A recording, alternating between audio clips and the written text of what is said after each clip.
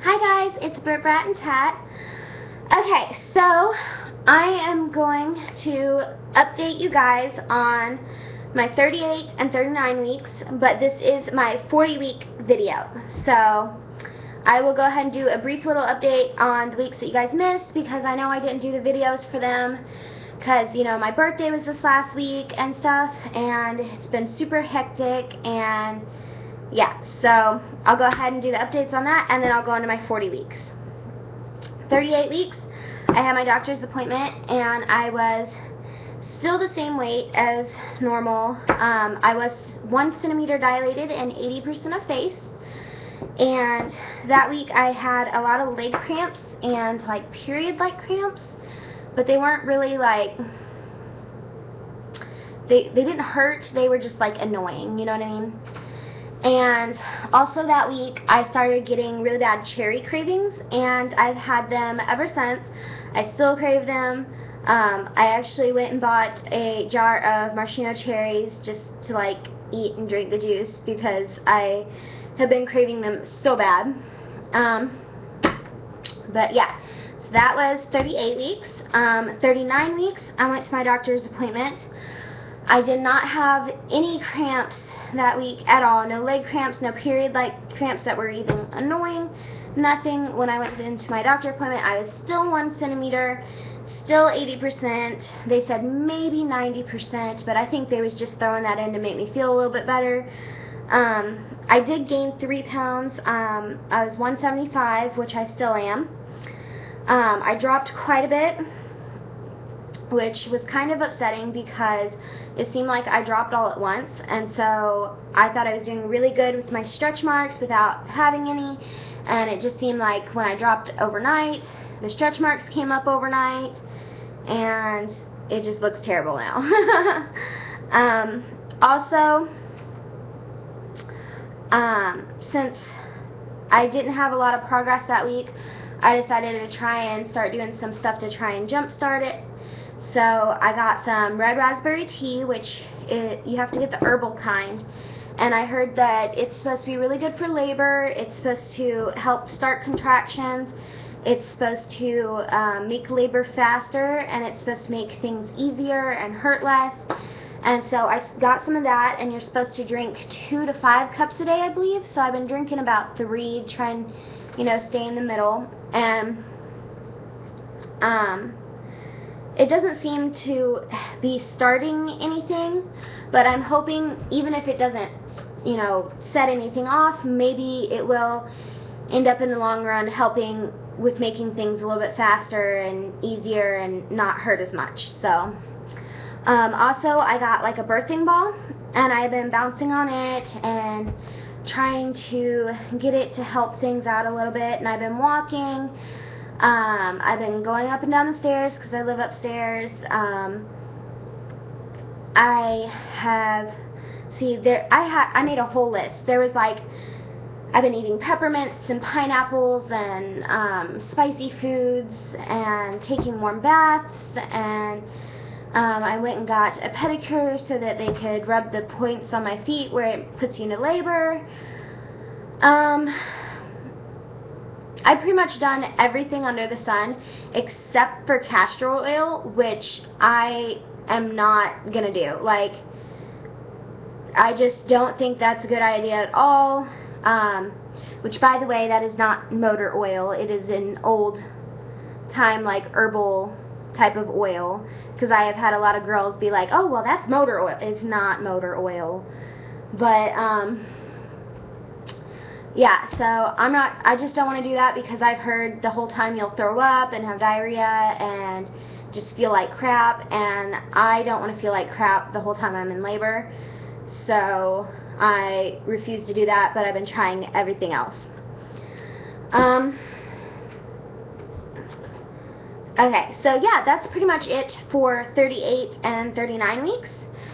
So there's my little short update for what you guys missed out on. Then for this week, it is 40 weeks. Today is my official due date. He is still not here. To be honest, I am starting to get kind of annoyed with being huge and pregnant and uncomfortable, and now that he's dropped, he's like on my bladder and my stomach, and so I have to pee all the time, and I have to eat really small meals, because if I don't, then I feel like I'm going to throw up, and I'm just ready to have my body back. And you know, he like will kick and try and stretch out, and he just like pushes everything, and it hurts, and I'm just like sitting here, and I'm like trying to tell him, I'm like, if you come out, you could actually stretch out your arms and legs, you know, if you wanted. But also, I have not had my doctor's appointment for this week. It will be on Friday. I did not originally have a doctor's appointment set up for this week, but since I'm still pregnant, they went ahead and set up some more doctor's appointments.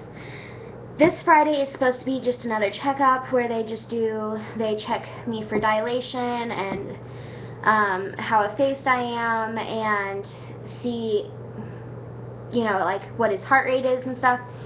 That's basically all this Friday is. But the Tuesday after that, if I still haven't had him, they do not want to induce me yet, because he said that as being a first-time mom, he would prefer for me to try and go as long as I can naturally, because he said it reduces the risk of complications and the risk of a C-section, which I would really prefer not to have.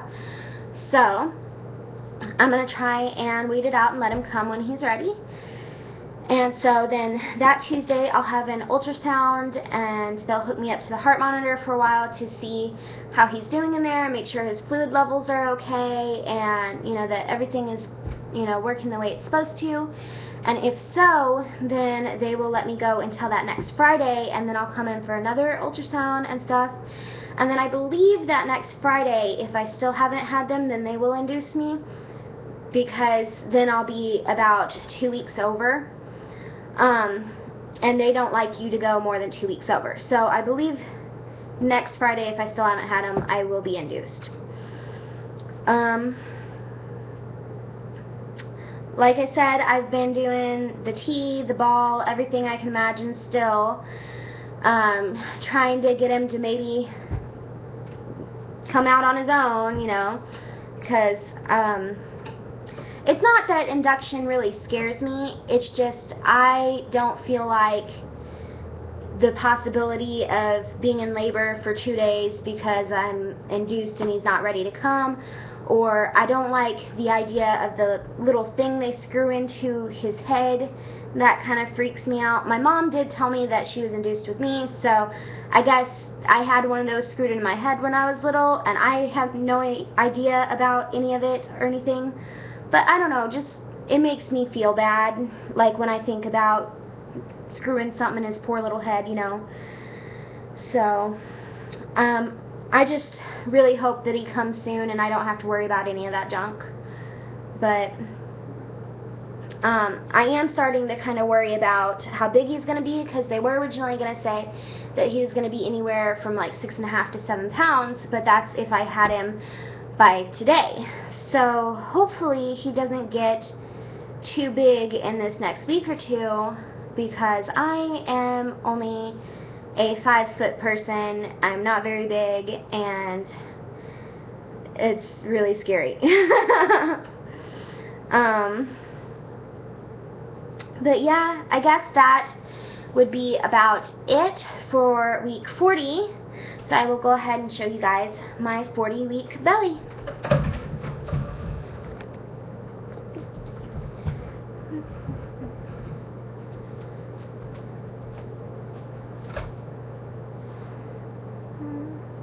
He's getting pretty big in there. And then you can see my line. And you guys can probably see my stretch marks pretty good, because they're getting pretty bad. Especially on this side. They're huge. And my belly button is really weird because it hasn't like popped yet. You like can't put your finger in there, but it hasn't popped. So I don't know, it's weird because it feels like it's popped, but it hasn't. And So it's just in, I don't know how to explain it. It's just in this really weird stage. So that is my 40-week belly. And more than likely, I will see you guys for 41 weeks. And if not, I will see you guys for after I have the baby. Alright? See you guys next time.